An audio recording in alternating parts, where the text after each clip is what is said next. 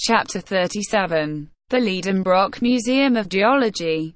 How shall I describe the strange series of passions which in succession shook the breast of Professor Liedenbrock? First, stupefaction, then incredulity, lastly a downright burst of rage. Never had I seen the man so put out of countenance and so disturbed. The fatigues of our passage across, the dangers met, had all to be begun over again. We had gone backwards instead of forwards. But my uncle rapidly recovered himself. Aha! Will fate play tricks upon me? Will the elements lay plots against me? Shall fire, air, and water make a combined attack against me? Well, they shall know what a determined man can do. I will not yield. I will not stir a single foot backwards, and it will be seen whether man or nature is to have the upper hand. Erect upon the rock, angry and threatening, Otto Liedenbrock was a rather grotesque fierce parody upon the fierce Achilles defying the lightning. But I thought it my duty to interpose and attempt to lay some restraint upon this unmeasured fanaticism. Just listen to me, I said firmly. Ambition must have a limit somewhere. We cannot perform impossibilities. We are not at all fit for another sea voyage. Who would dream of undertaking a voyage of 500 leagues upon a heap of rotten planks, with a blanket in, rags for a sail, a stick for a mast, and fierce winds in our teeth? We cannot steer. We shall be buffeted by the tempests, and we should be fools and madmen to attempt to cross a second time. I was able to develop this series of unanswerable reasons for 10 minutes without interruption. Not that the professor was paying any respectful attention to his nephew's arguments, but because he was deaf to all my eloquence. To the raft, he shouted. Such was his only reply. It was no use for me to entreat, supplicate, get angry, or do anything else in the way of opposition. It would only have been opposing a wall harder than the granite rock. Hans was finishing the repairs of the raft. One would have thought that this strange being was guessing at my uncle's intentions. With a few more pieces of surturbrand he had refitted our vessel. A sail already hung from the new mast, and the wind was playing in its waving folds. The professor said a few words to the guide, and immediately he put everything on board and arranged every necessary for our departure. The air was clear, and the north-west wind blew steadily. What could I do? Could I stand against the two? It was impossible. If Hans had but taken my side. But no, it was not to be. The Icelander seemed to have renounced all will of his own and made a vow to forget and deny himself. I could get nothing out of a servant so feudalized, as it were, to his master. My only course was to proceed. I was therefore going with as much resignation as I could find to resume my accustomed place on the raft, when my uncle laid his hand upon my shoulder. We shall not sail until tomorrow, he said. I made a movement intended to express resignation.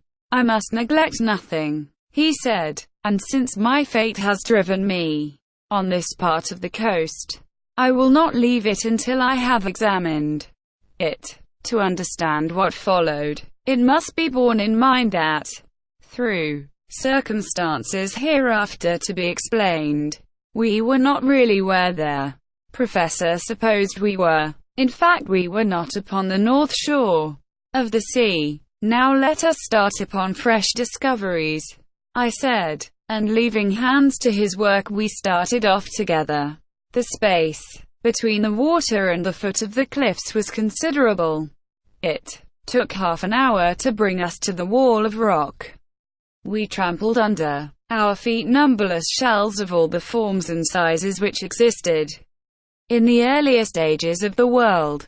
I also saw immense carapaces more than 15 feet in diameter.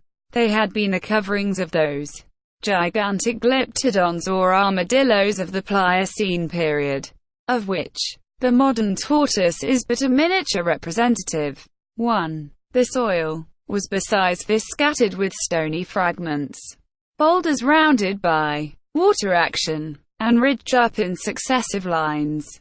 I was therefore led to the conclusion that at one time the sea must have covered the ground on which we were treading.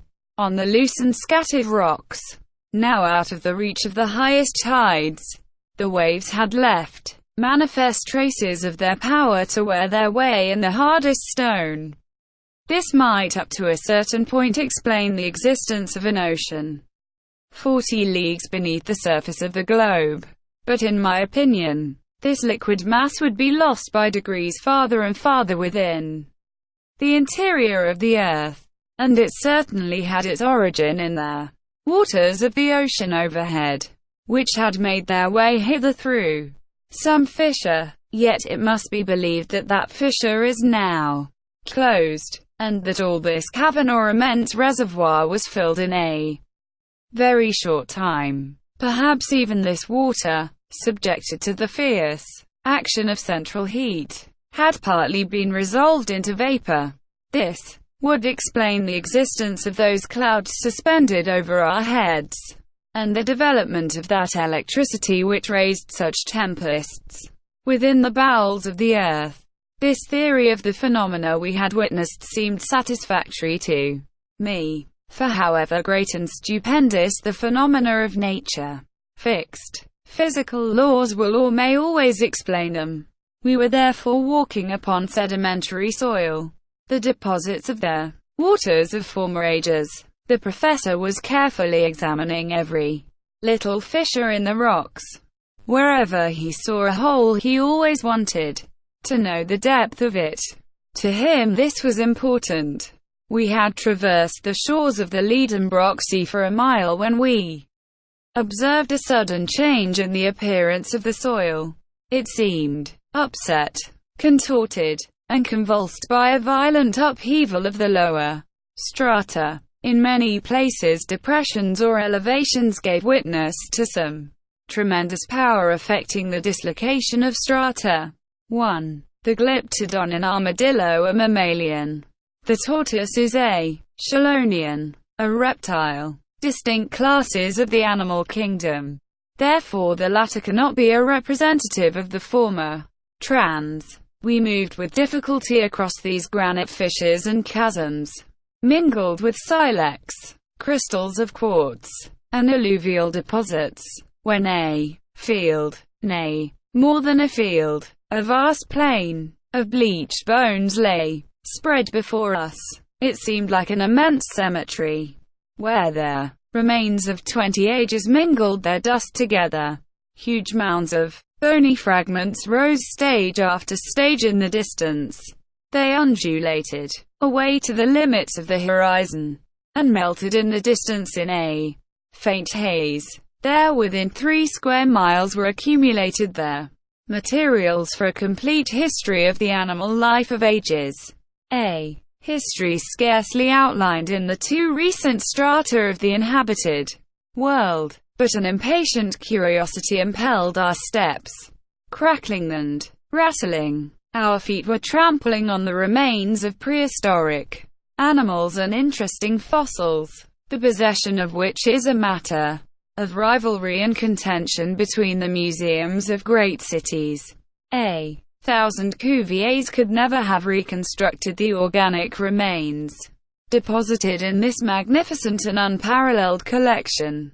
I stood amazed. My uncle had uplifted his long arms to the vault, which was our sky, his mouth gaping wide, his eyes flashing behind his shining spectacles, his head balancing with an up and down motion. His whole attitude denoted unlimited astonishment.